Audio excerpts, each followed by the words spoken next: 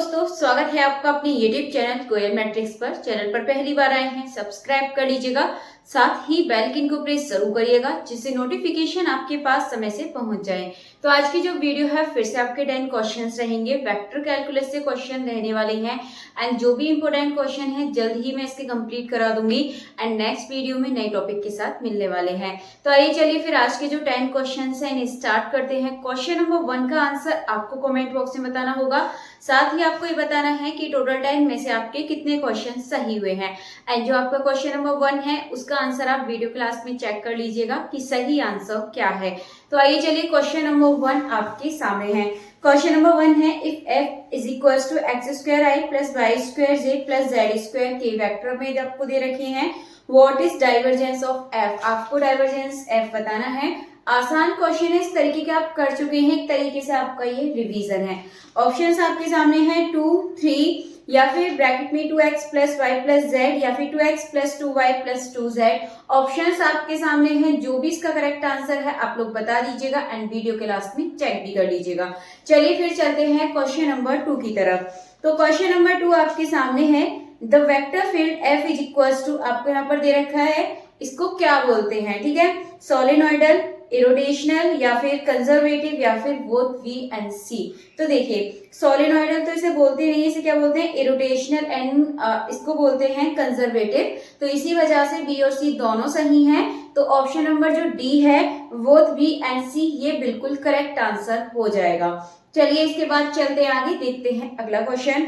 Next है question number 3। तो ये आपका which identity is always true for any vector field A, यानी कि इसमें पूछा है इसमें से कौन सी आइडेंटिटी हमेशा फील्ड ए के लिए, वेक्टर फील्ड ए के लिए कौन सी हमेशा ट्रू है। ऑप्शंस हैं डाइवर्जेंस ऑफ ग्रेड ऑफ ए यानी कि ग्रेडियंट, ठीक है, इज इक्वल्स टू 0 दे रखा है, या फिर curl of curl is equals to 0, या फिर divergence of curl is equals to 0, या फिर gradient of divergence is equals to 0।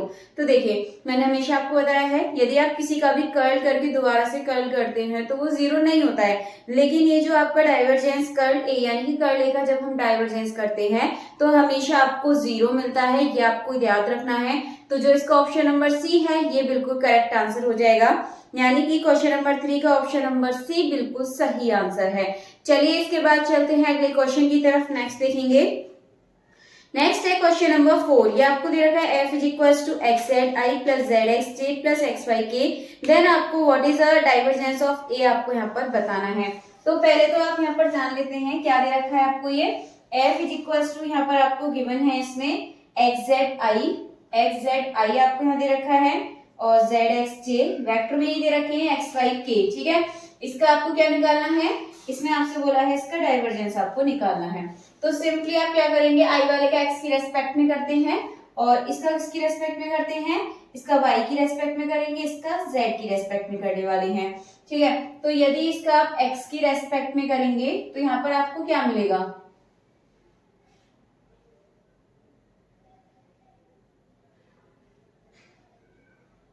यहाँ आपका ये y है, ठीक है, क्वेश्चन में आपका ये y दे रखा है, y z z x and x y। तो यहाँ y z का जब y के रेस्पेक्ट में मतलब x के लिए करते हैं तो 0 मिलेगा, इसमें j में y के लिए करेंगे तब भी आपको 0 मिलेगा, y नहीं है इसमें z के लिए करते हैं 0 मिलेगा। कुल मिलाकर आपको यहाँ से आंसर क्या मिलने वाला है, 0, यानी कि जो ऑप्शन नंबर बी है 0 बिल्कुल करेक्ट आंसर हो जाएगा। चलिए इसके बाद चलते हैं अगले क्वेश्चन की तरफ। नेक्स्ट है क्वेश्चन नंबर 5। ये आपको दे रखा है, a vector field is solenoidal if, जो वेक्टर फील्ड है वो सोलेनोइडल कब होगा, ठीक है, सोलेनोइडल कब होगा, जब इट्स डाइवर्जेंस इज 0 या फिर इट्स कर्ल इज 0 या फिर इट्स कंजर्वेटिव या इट्स कांस्टेंट। तो मैंने आपको बताया था इससे पहले वाली वीडियो में, अच्छे से समझा रखा है इससे पहली वाली वीडियो में कि कर्ल होता है तो क्या होता है और डॉट में डाइवर्जेंस होता है तो क्या होता है।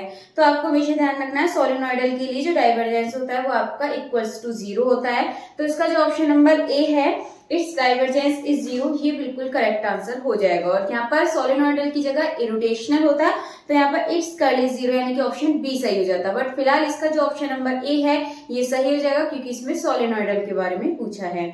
चलिए इसके बाद चलते हैं अगले क्वेश्चन की तरफ। नेक्स्ट क्वेश्चन है, which theorem relates surface integral of vector field to volume integral. देखिए फिर से क्वेश्चन पूछ लिया गया है, जैसा मैंने आपको पहले वीडियो में बताया था, सरफेस से वॉल्यूम में, ठीक है, सरफेस से किसमें होता है, वॉल्यूम में। तो आपको मैंने किसमें बताया था, सरफेस से वॉल्यूम में किसमें चेंज होता है, ग्रीन्स, या फिर इसको डाइवर्जेंस थ्योरम के नाम से जानते हैं, मैंने बताया था आपको लास्ट वीडियो में। तो इसका जो ऑप्शन नंबर सी है, गॉस डाइवर्जेंस थ्योरम, ये बिल्कुल करेक्ट आंसर हो जाएगा। चलिए इसके बाद चलते हैं अगले क्वेश्चन की तरफ, नेक्स्ट देखेंगे। नेक्स्ट है question number 7, let 5xyz is equal to, आपको दे रखा है ग्रेडियंट, आपसे इसका पूछा है।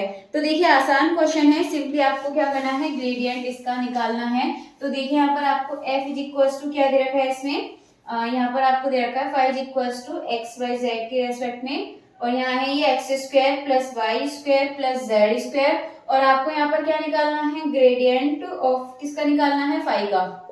तो यहाँ पर आप देखेंगे क्या हो जाएगा, 2xi और 2yz, और यहाँ पर जाएगा 2zk। तो यहाँ से सही आंसर आपको मिल जाएगा। यदि आप ऑप्शन देखें तो ऑप्शन नंबर ए बिल्कुल करेक्ट आंसर हो जाएगा। इसके बाद है question number 8, if f is equal to, आपको दे रखा है then the divergence of f, आपको यहाँ पे निकालना है, कि बोला है एट ओरिजिन इज 1, 3, 0 या अनडिफाइंड। तो आपको सिंपल है, i वाले का x के रेस्पेक्ट में करेंगे 1, और यहाँ पर j वाले का करेंगे y के लिए 1 मिलेगा, एंड z का कर लेंगे k के लिए, ठीक है। तो यहाँ भी 1 मिलेगा, 1 प्लस 1 प्लस 1 3, आपको सिंपली यहाँ से आंसर मिल जाएगा। आप इसको सॉल्व कर लीजिएगा, और बाकी मैंने पहले भी आपको एक क्वेश्चन करा रखा है। तो इसका जो ऑप्शन नंबर बी है 3 बिल्कुल सही आंसर हो जाएगा। इसके बाद चलते हैं अगले क्वेश्चन की तरफ, क्वेश्चन नंबर 9।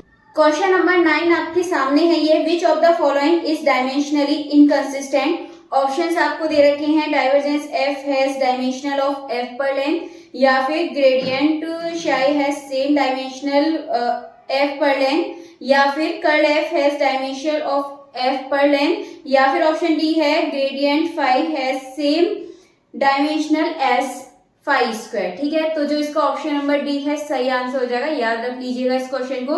तो ऑप्शन नंबर डी इसका बिल्कुल करेक्ट आंसर है। इसके बाद देखते हैं अगला क्वेश्चन, नेक्स्ट है आपके सामने क्वेश्चन नंबर 10। तो ये if f is equal to r upon r square, where r is equal to r, then divergence f आपको बताना है। ये क्वेश्चन मैं पहले भी आपको करा चुकी हूँ, 0 इसका आंसर आता है। यदि आप इसमें देखें तो जो ऑप्शन नंबर ए है 0 इसका करेक्ट आंसर हो जाएगा। चलिए इसके बाद जो क्वेश्चन नंबर 1 था उसका सही आंसर जान लेते हैं। तो क्वेश्चन नंबर 1 है, if f is equal to x square i plus y square j plus z square k, what is divergence of f, आपको इसका डाइवर्जेंस बताना है। ऑप्शंस आपके सामने हैं, तो देखिए सिंपल था आपका ये बताने के लिए। तो देखेंगे क्या था ये एक्स स्क्वायर आई, बस सिंपली अगर आप इसमें देखें तो यहाँ पर ये f इज इक्वल टू, और यहाँ पर बस इसके साथ i j k दे रखे थे। अब अगर आप इसको करेंगे तो 2xi plus 2yj plus 2zk, ये सिंपली आपको यहाँ से आंसर मिल जाएगा।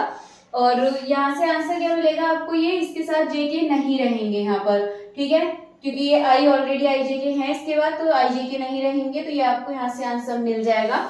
यदि आप ऑप्शन देखें तो जो ऑप्शन नंबर डी है 2x plus 2y plus 2z, ये बिल्कुल करेक्ट आंसर हो जाएगा। चलिए आज के जो टोटल 10 क्वेश्चंस थे आपके कंप्लीट हो चुके हैं। उम्मीद है क्वेश्चंस आपको अच्छे लगे होंगे। इसी तरीके के और क्वेश्चंस के लिए चैनल को सब्सक्राइब जरूर करिएगा, एंड जितना हो सके इनको ज्यादा से ज्यादा लाइक कमेंट शेयर करते रहिएगा।